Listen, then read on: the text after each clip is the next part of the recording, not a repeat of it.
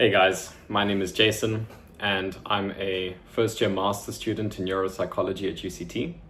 And I was asked to make a video to sort of provide some information about the program and what my experiences have been like applying for it and studying in the program. Of course, I think the application deadline is coming up. I think it's on the 30th of September. So hopefully this video gets out in time and you can find some of the things that we'll discuss here useful for your application if you are applying. So I'll just quickly do a quick introduction about myself, and then I'll get on to many of the questions that were sent in by the community that are really good. Okay, so let's jump in. So I'm 27 years old, and that's because I had a very non-linear path to neuropsychology. I actually have a background in music. My first degree was a Bachelor of Music, and I did that at WITS. And that was a long degree. It was 5 years in total, which sounds crazy, but that's what it was, because it was a professional music degree. And back whenever I did it, they said that we needed to do elective courses on the side. So I thought, let me do psychology, because I was really interested in, the mind and behavior and things like that as well. And once I discovered neuropsychology, I admit that I kind of got hooked on it, especially because we had one particular lecturer at WITS who was very inspiring, who was a neuropsychologist. And if you are from WITS, you probably know who I'm talking about. So I did a lot of research into the field, and I found out a lot about neuropsychology, and I really just fell more and more in love with this and what it was all about, and what neuropsychologists get up to. But I also learned about how tough it was to make it in this field in this country. I mean, this was around the time where there was still problems pertaining to the registration of neuropsychology as a category. So it was a very uncertain path to go down. And so I didn't go all in on that. I kind of stuck with my music and started working as a musician and things like that. But I kept doing psychology right through to third year so that I could one day apply for honors and then hopefully masters and, shoot my shot. So I took a gap year after finishing my music degree. I worked, I started a business, and then I returned in 2023 to do my honors at WITS. And there I did the cognitive neuroscience module that they have, which is important. We'll discuss in a second, because you do need to have at least one neuropsychology related module in your honors year in order to apply for the program, but you don't need it to be the neuropsychology course at UCT. Many other courses from other universities are considered equivalent as long as they're about neuroscience or neuropsychology, and as long as they're done at the honors level. So then I applied at the end of 2023 and I got an interview, but I didn't get into the program the first time. So I then decided to do my master's in research psychology at WITS, because fortunately I was accepted into that program on my first try. And that was a really awesome experience, because it allowed me to develop my research interests a lot more with my supervisor, who I kept the same supervisor from honors. And I was researching consciousness, and it was like an interdisciplinary project between psychology and computer science, because there was also an AI component in it. And it was really, really cool. So I'm really glad that I did that. That was called the Masters in Social and Psychological Research, if you're also interested in research psychology, which I'm very passionate about as well. And then coming to the end of last year, I decided, well, let me give it another shot. So I applied again, and then in the second time I did get in.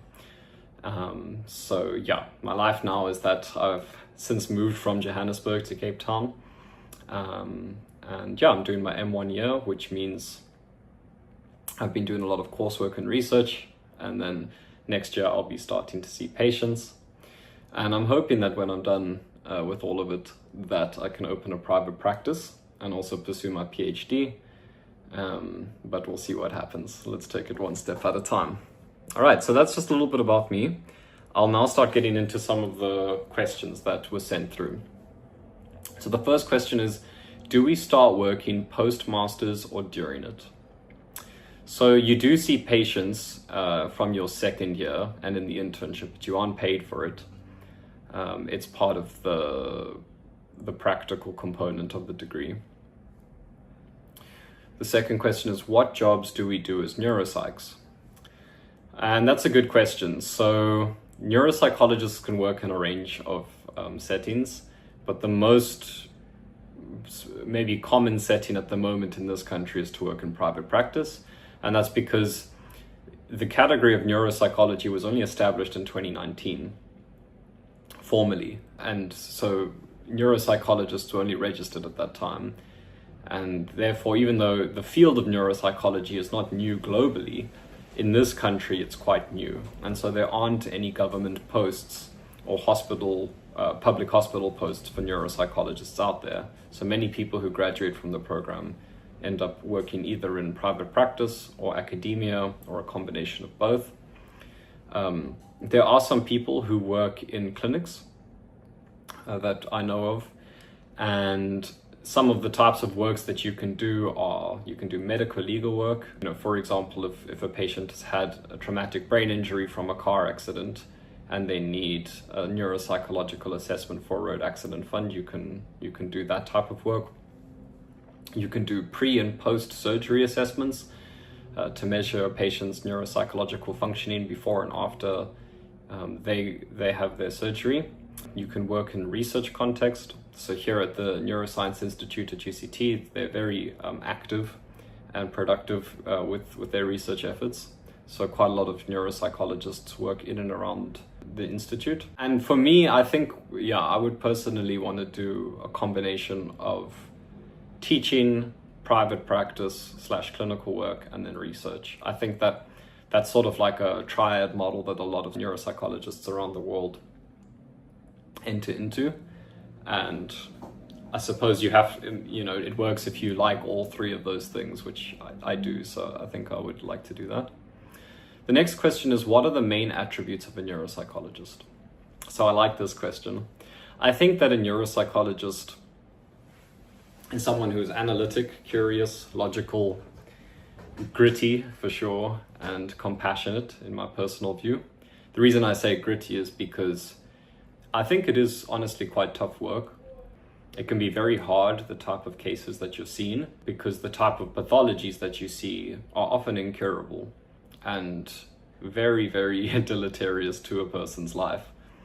So you need to make sure that you're okay with that when you are thinking about having a career in neuropsychology. And then there was also somewhere else once where I heard a person say that a neuropsychologist is a mixture of a detective, a mechanic, and a psychologist all in one.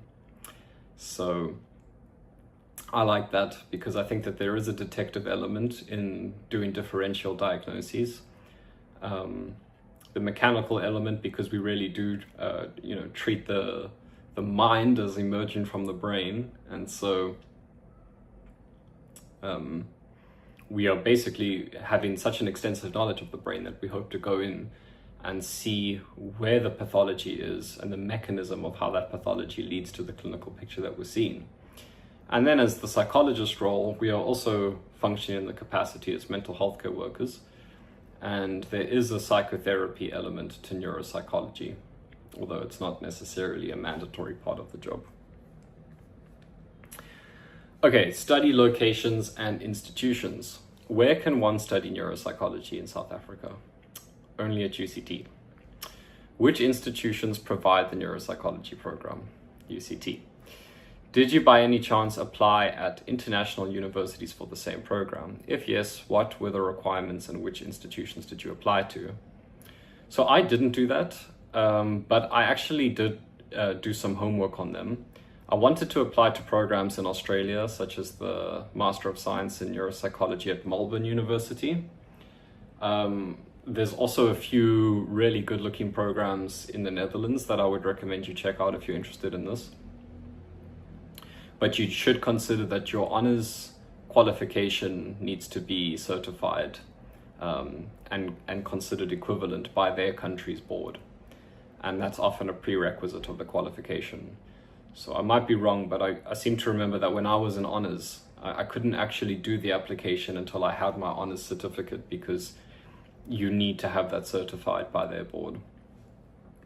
Okay, the next question is, if you are studying honors at UNISA, can you apply for neuropsychology? Are the modules effective, and is the school credible? So the answer is yes. One person in my class is actually from UNISA, and I believe there is a course called cognitive neuroscience that's considered equivalent. So if you really want to apply for the program, I would recommend that you are doing that course and that you do it as well as you can in that course. Are there any other ways we can enter neuropsychology besides UCT? So the only way you can register with the HPCSA now as a neuropsychologist is through the training at UCT. But historically, other psychology categories who have taken an interest in neuropsychology have been doing very similar, if not the same work. So I know that there are clinical psychologists, for example, who have a special interest in neuropsychology, and so they might focus more on neuropsychological and neurocognitive assessments. But the only way to obtain the registration now as a neuropsychologist, to my knowledge, is through the UCT program, until other universities open up accredited programs at the master's level. Okay, marks, modules, and selection criteria. So here there was various questions about the fact that the program requires a 70% average, and then some people said, well, what if I have 69? What if I have 68? What if I have more than 70% average in honors, but my neuropsychology mark is not 70%? So my blanket answer to these questions is that I don't know. I'm not on the selection committee, but from my perspective, the application process for this program is not actually as time consuming as some of the other master's programs out there. So why not shoot your shot? Okay, can I apply for the master's program when I only have honors in psychology? And how long after is it valid? I believe the answer to that is 10 years, but I stand to be corrected. I would just verify that. Also, I saw you needed to have neuropsychology as a module in honors. We didn't have that. We had neuropathology. Should I then do an extra module? If so, where can I find that?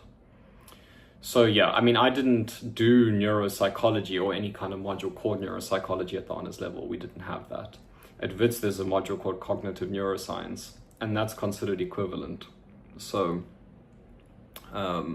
that's the module I did, and that's the one I treated as my equivalent module.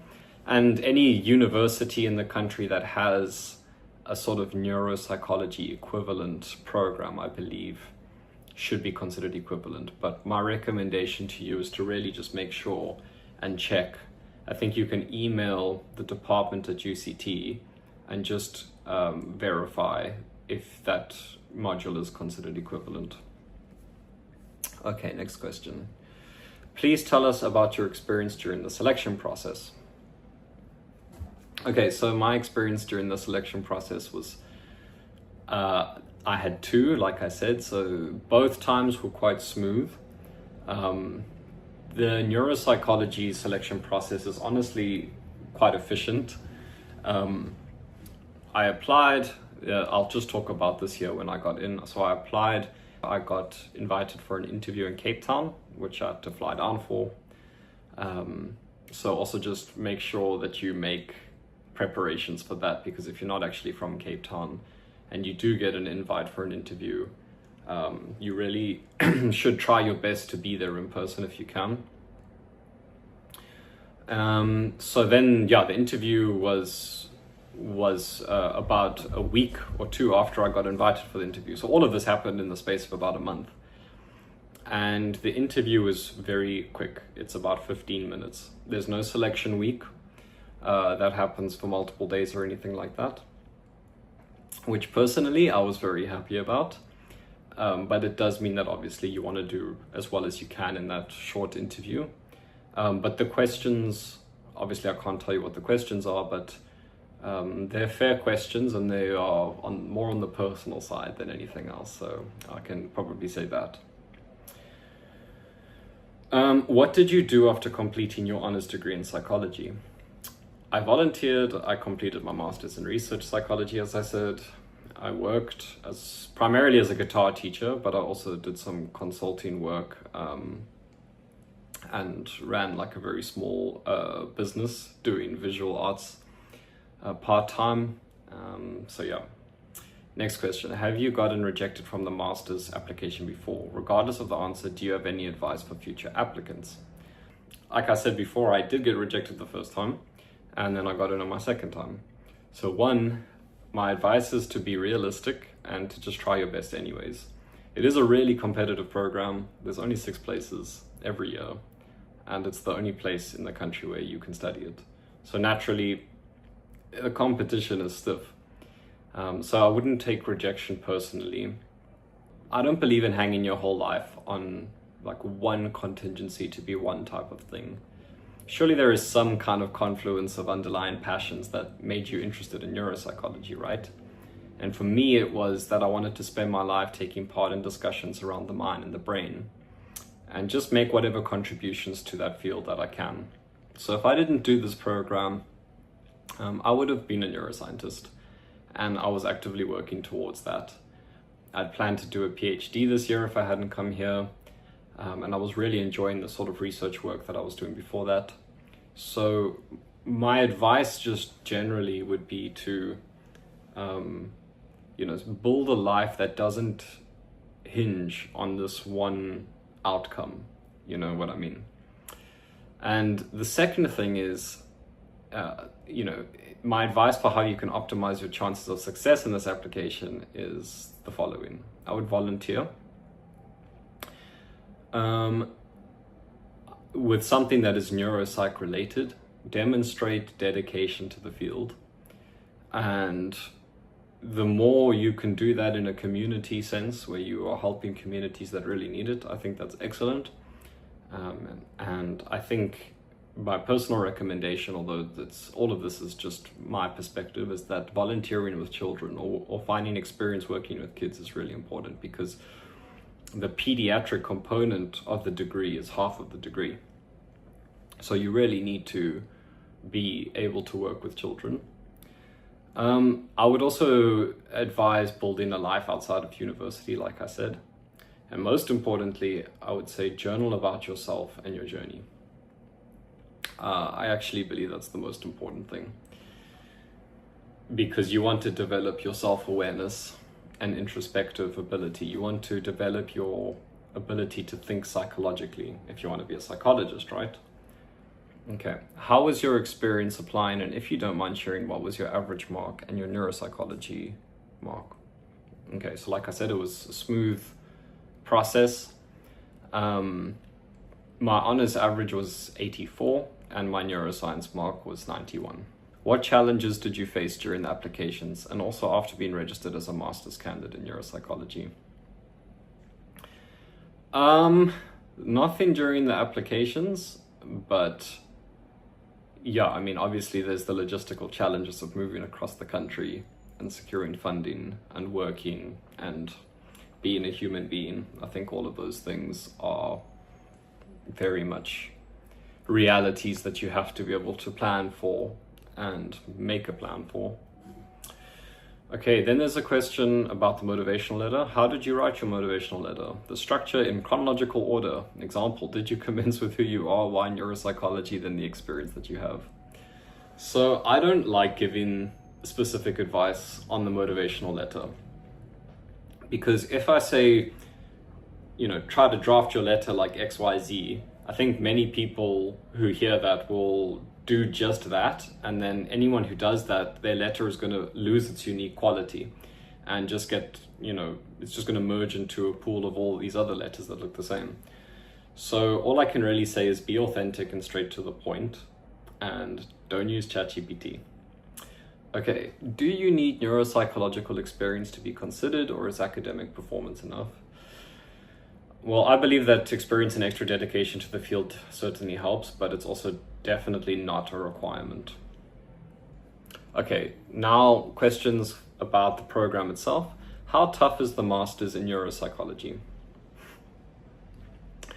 Okay, well, I suppose I have an added perspective that I did the coursework Masters in Research Psychology as well at WITS. And I would say conceptually that was actually a little bit more difficult. But I think that the Neuropsychology Masters at UCT is just very full on. It's very busy, which is really awesome.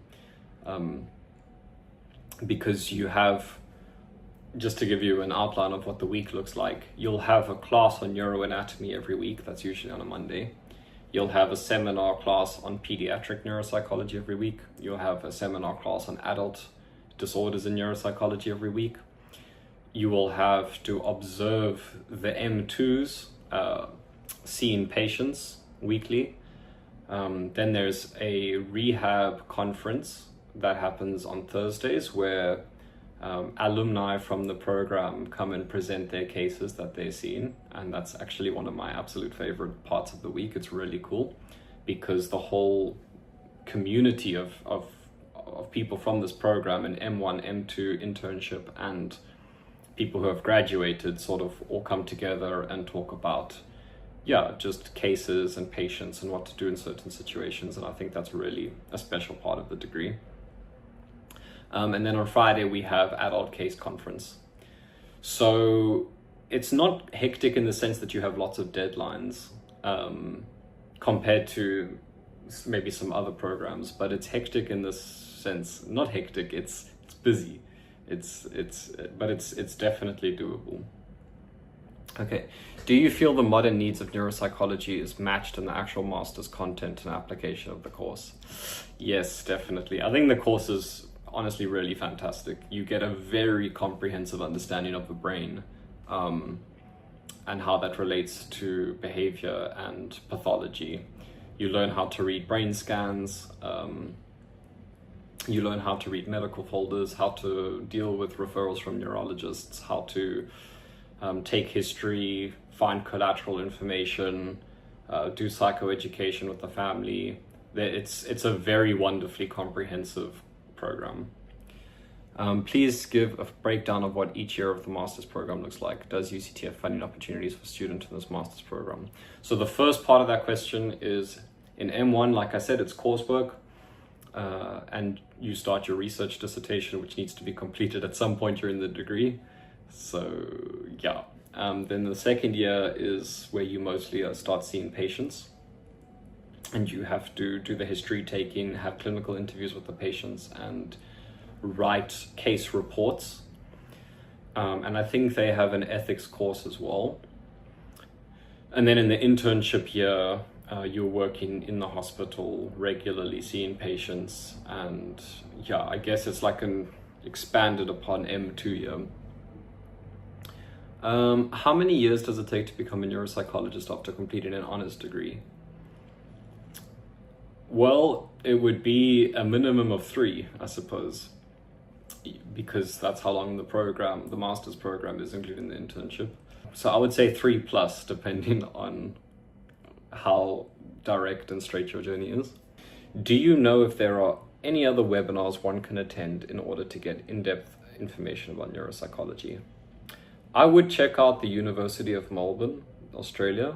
They did have some videos that I watched back in honors.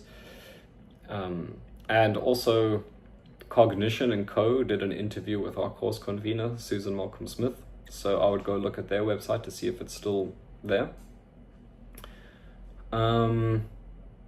What I would also really recommend, guys, that you do is to go to the HPCSA website and go find the scope of practice document for neuropsychology, because I think it's really important if you really want to apply for this and dedicate years of your life towards this and try your best and everything like that for this field.